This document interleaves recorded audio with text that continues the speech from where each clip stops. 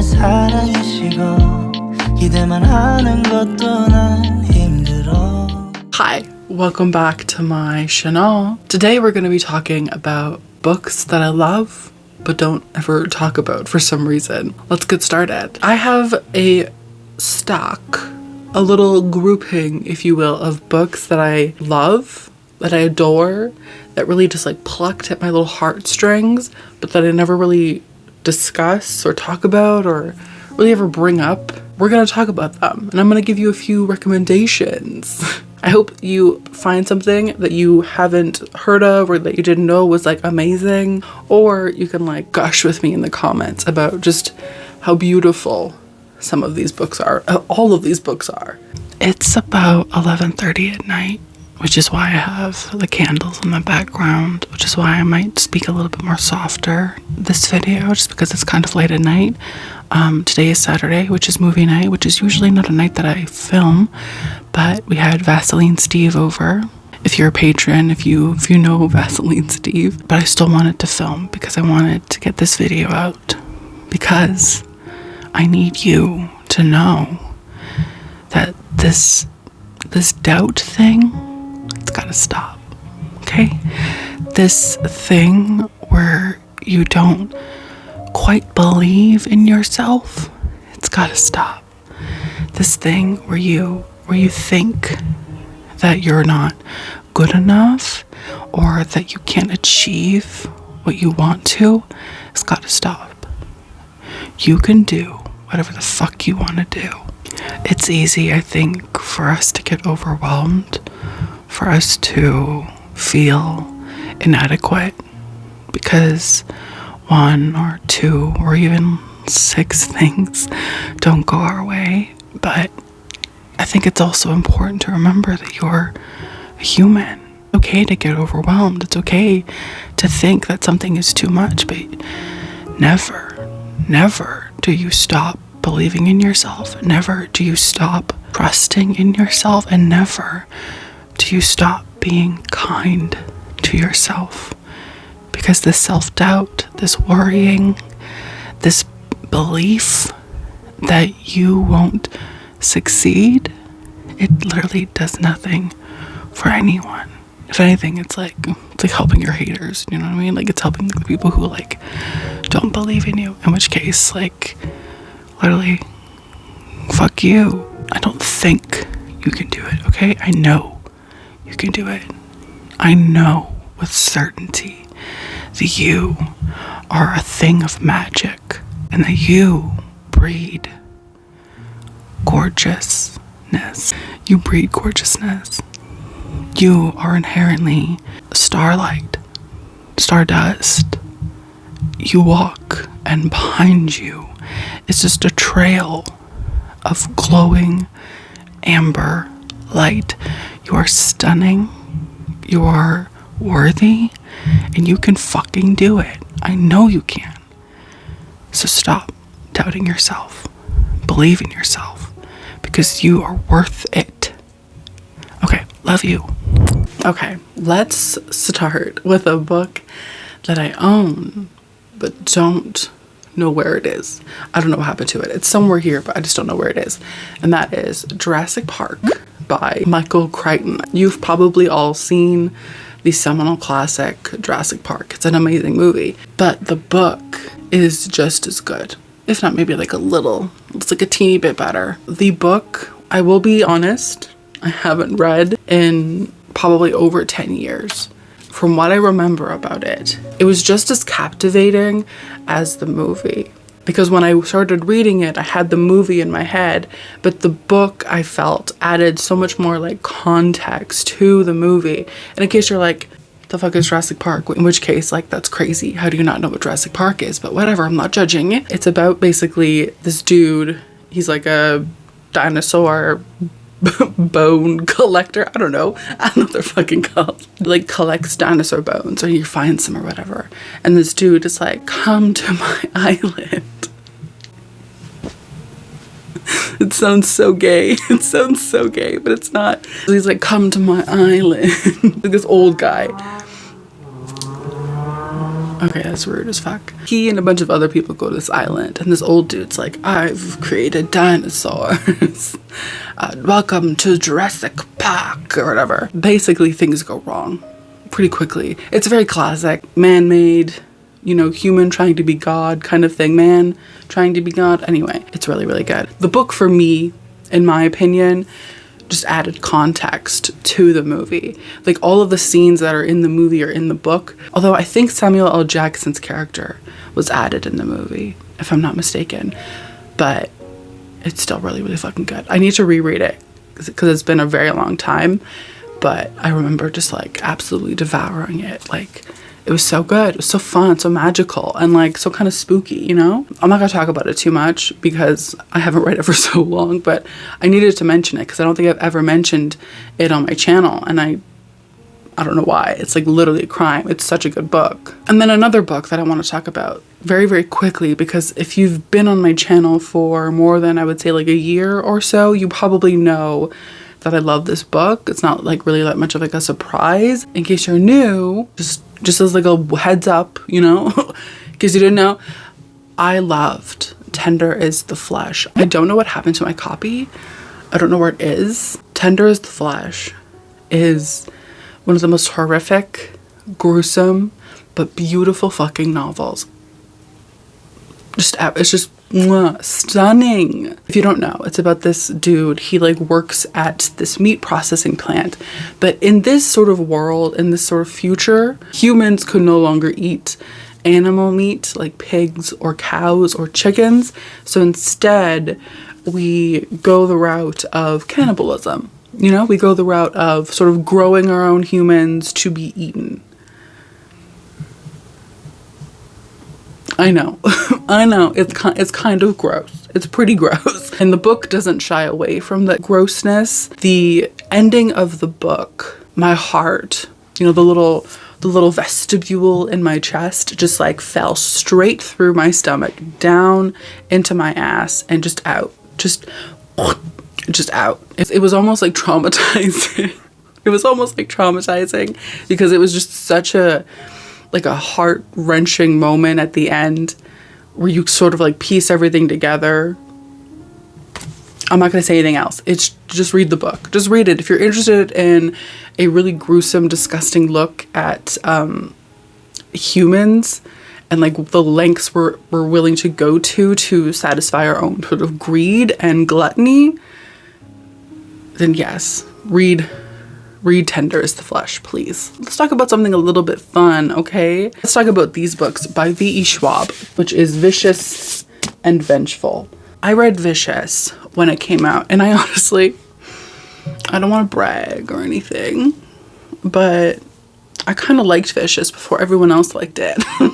Am I just like the worst version of like a hipster?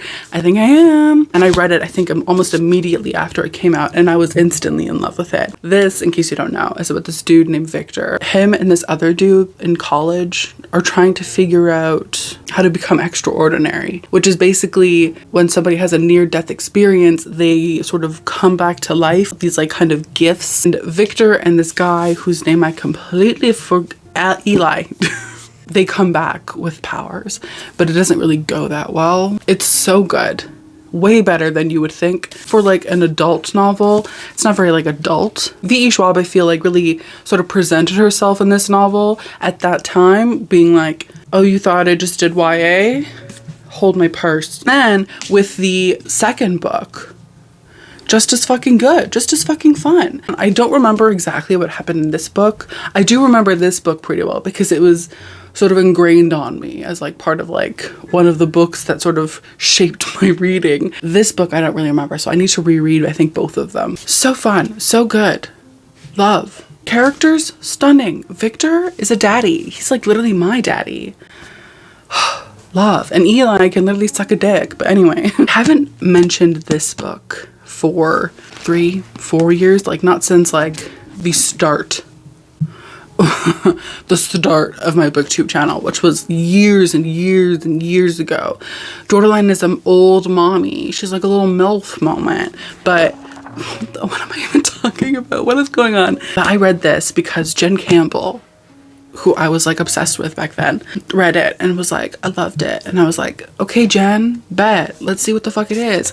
And that is The Trouble with Goats and Sheep by Joanna Cannon. I haven't read this book in a while either. I'm gonna be honest. A lot of these books I haven't read in a long time, but they all sort of like framed, you know, me as a person. This is about two friends named Grace and Tilly. Grace and Tilly live on the same sort of street. They're besties. They like hang out every day. They kind of know their neighbors, but like not really. And then one day, Miss Creasy is missing and the avenue is alive with whispers. These 10-year-olds take matters into their own hands. In Grace and Tilly sort of like trying to solve the mystery of what happened to Mrs. Creasy, things become a little bit sort of itchy. As doors and mouths begin to open, the cul-de-sac starts giving up its secrets, and the amateur detectives will find way more than they ever could have imagined. It's so fucking good. It's like both like really interesting and suspenseful, but then also just like adorable, because the main characters are these two little girls who are just like, we're having fun, but then all their neighbors are literally like, I got secrets, you know? I'm on the run or whatever. When I read this, I loved Grace and Tilly so much. This book was kind of like in the era of when I was reading like a lot of adult fiction told from the point of view of children. And this is like one of the like creme de la creme choices within that sort of genre, if you will. Next, let's talk about a book that I don't really talk about because it was kind of emotionally scarring. There was a lot of traumatic feelings associated with it, kind of in a good way, but also not in a good way, because I feel as though the author is like a little bit evil, but I kind of like it. Anyway, I'm talking about A Little Life by Hanya Yanagihara.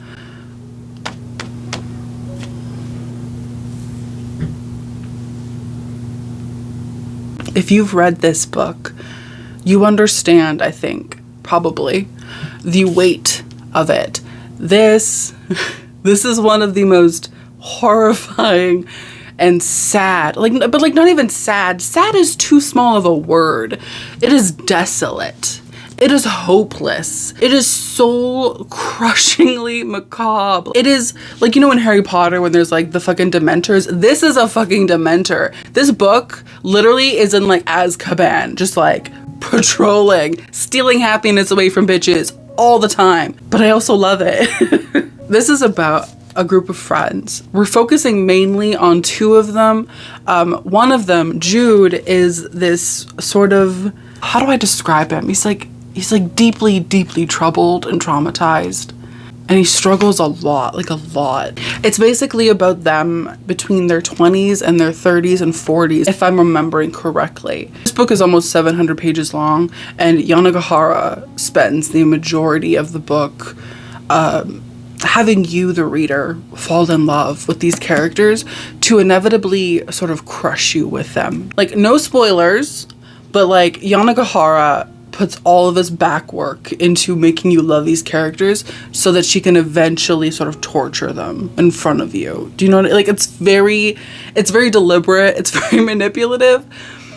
And while reading it, I did wonder, like, for what purpose, Miss Yanagihara?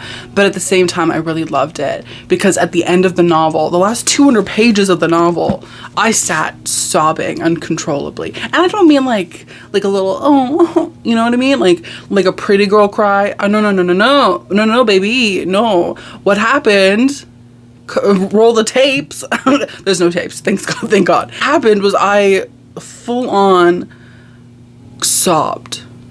Like a family member had like passed away for 3 hours, and not with like little breaks, and like just full unfiltered, unending, uninterrupted crying. I've sort of trauma bonded with this book, but I love it. I do. I kind of love it. Like, I get the people who don't like it. I understand. We have 4 books left. This book, everyone knows I love. I don't think it's like a secret, but at the same time, I never talk about it, and I really wanted to. I also just love this edition of it, and that is We Have Always Lived in the Castle by Shirley Jackson. This is oh, by the way, look at the back cover. absolutely, like, look at that fucking guy. Look at that guy. Literally horrific. A thing of nightmares. Shirley Jackson is my gothic queen. I love her so much. She is the end all and be all. Like, I'm sorry, Stephen King who, you know, like Brian Keene who, never heard of them. They're literally like irrelevant in comparison to Shirley Jackson. Not only is her writing just superb and like kind of bougie, but her characters, her atmosphere, the like little stories that she tells, it's stunning. This is about a girl named Kat. Kat lives with her sister and her uncle, and they kind of live like on the outskirts of town because everyone in town, they don't really fuck with them. You know what I mean? Like everyone in town is like, oh my god, there's that Kat girl, fucking weirdo or whatever. Because everyone in town is like a little bit suspicious of this family because all the other members of the family died. Dead. One night they were all together. They were like, yes, it's a family reunion. Let's eat our soup. And they all start eating the soup. Dead.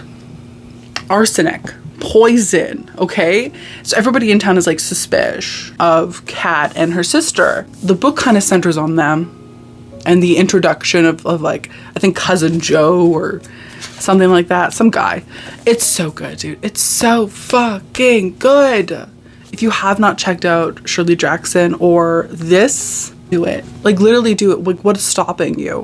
What is stopping you? I'm waiting. Tell me what's stopping you. Exactly nothing. Just read it. You will not regret it. Shirley Jackson is the queen of horror. This is the Big Daddy. I'm talking about a book that I read, again, maybe 10 years ago. Close to 10 years ago, I think, probably at this point. Maybe like 9 or 8 years ago. Who gives a flying fuck? It has remained one of my favorite horror novels of all time. I've mentioned it in other videos, but let me mention it again, just in case you forgot. Because maybe some of you are new, I don't know. And that is House of Leaves by Mark Z. Danielewski. Now, House of Leaves is a big boy. Little chunky monkey. We love her though. We love a Rubenesque woman. House of Leaves is a weird ass novel about a bunch of stuff. So let me try to break this down for you because it's a bit complicated. There's this dude named Zampano, and Zampano dies. He kicks the bucket, he's gone, see you, and he dies. And then this dude named Johnny Truant and his friend, they break into Zampano's apartment, having heard that the old motherfucker died.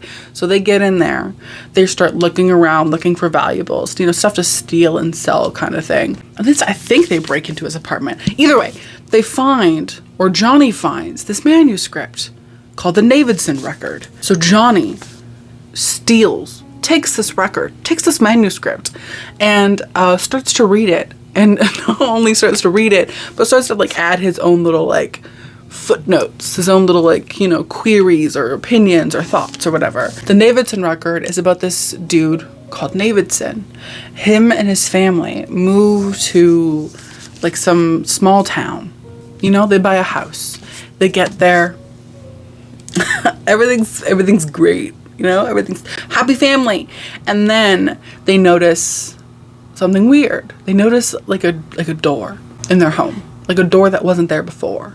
Like a door that wasn't in that place before, because before it used to be like just like a wall. But now there's a door there. So they're like, the fuck? They go through the door and they find a labyrinth within their home, when there really shouldn't be one because there's no space for it. They find that the house is larger on the inside than it is on the outside.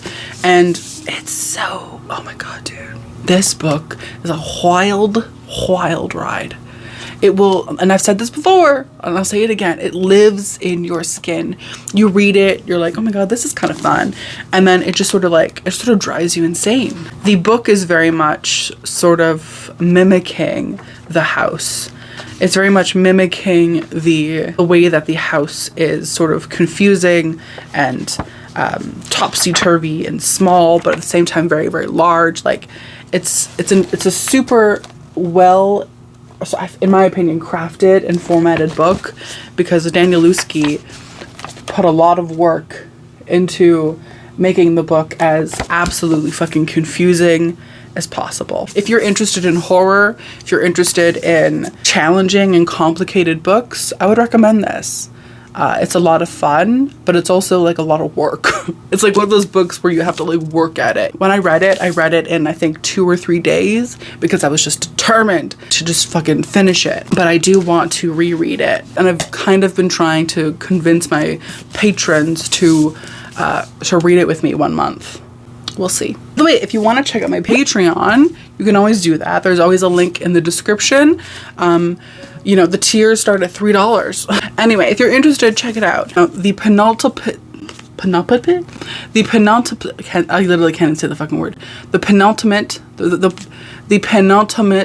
book is The Devil of Nonking by Mo Hader. Mo Hader, I think, passed away quite recently. And this is a thriller novel, but it's maybe one of the scariest books I've ever read. When I read it, and again, I read this book years ago. And again, I need to reread it. Maybe, oh my god, maybe we could read this for my Patreon. Anyway, this is about this girl named Gray. Gray grows up obsessed with this concept, with this like rumor that she's heard. She heard a rumor that in Japan there's like this videotape of something so gruesome, so horrifying, so unforgivable that, you know, the person who views it is like fucked up forever after. And so Gray hears about this and she's like, let me at it. You know, so she goes to Japan with the purpose of finding this tape so that she can fucking view it with her fucked up eyes. And she finds this dude who she heard had seen the tape and knew about it. And so she goes up to him and she's like, hey, hello, sorry, she's British. Hello, sir. Show me the tape, please. And he's like, absolutely not. I don't know what the fuck you're talking about. I don't know who you are. I don't know what this is. So, no, I'm clueless as to what you are meaning or talking. I'm confused. Gray is like, no, this guy fucking knows something. So she sticks around, you know, trying to find cracks. It's crazy. There's so much more than that, but that's all I'm gonna say. But it's crazy. Typical thriller size.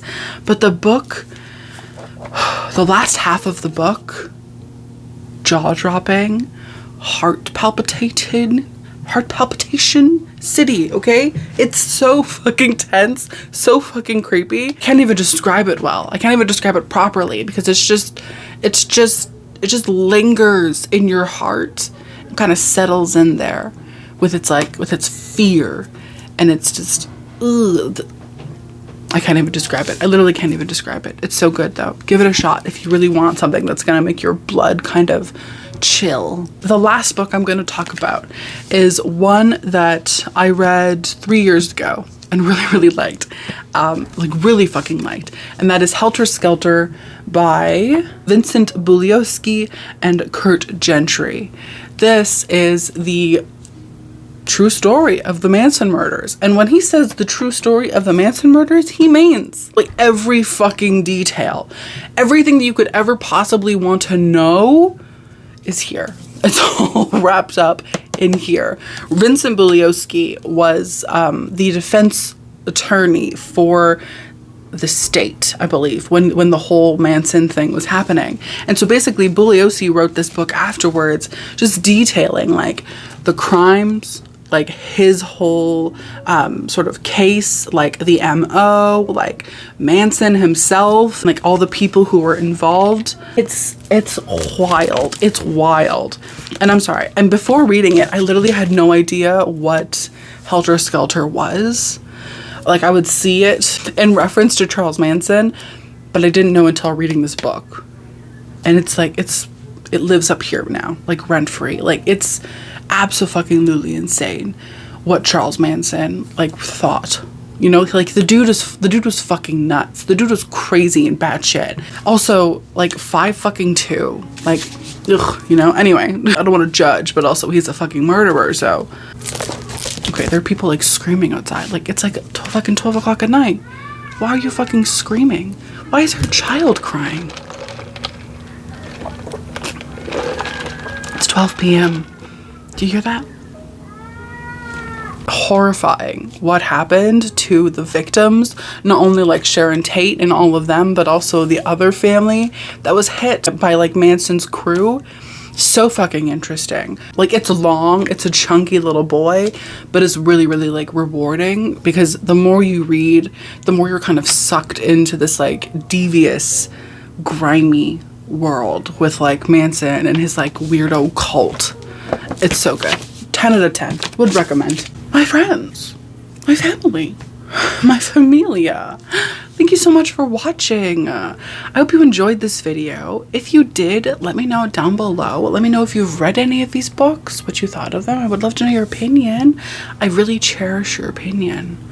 Also, if you're still watching, leave me. By the way, they're still like yelling outside. It's like ridiculous. Anyway, don't you know I'm filming? Anyway, okay.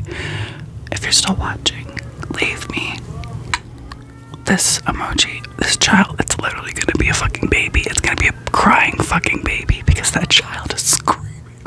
I literally was like, let me just film at night because it'll be like quieter. There won't be as much background noise. Fucking my dumb ass. Oh, I think it stopped. Anyway, leave me this emoji. And that way I know that you're my favorite. Okay, I'm gonna stop being weird. Okay. Thank you so much for watching. Don't forget to hit subscribe because we talk about spooky shit. We talk about creepy shit. We talk about the Devil of Nonking and shit. Thank you so much for watching. I hope you have a wonderful day, and I will see you in my next one. Bye!